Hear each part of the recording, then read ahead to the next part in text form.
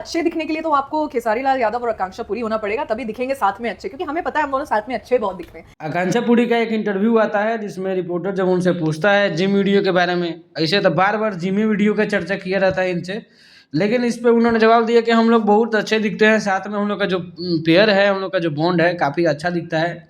और पहला ऐसा एक्ट्रेस और ऐसा जोड़ी है जिसका एक वीडियो वायरल होता है, और लेकिन उसका फिल्म अभी तक रिलीज नहीं हुआ, लेकिन जोड़ी सबसे ज़्यादा वायरल हो गई।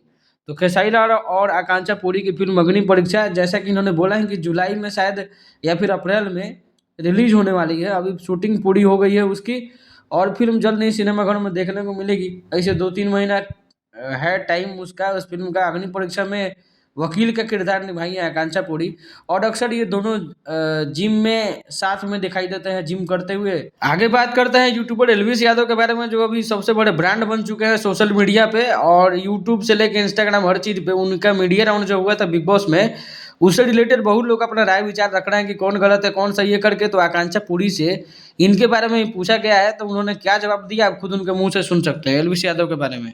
उन्होंने क्या बोला, बट वो एल्विस यादव है, उनको वो जब कुछ कहते हैं तो वो कहते हैं। अभी मैंने थोड़ी देर पहले समाचार देखा था, न्यूज, वहाँ से खबर मिली है कि एल्विस यादव पे फिर कोई एफआईआर हो चुका है।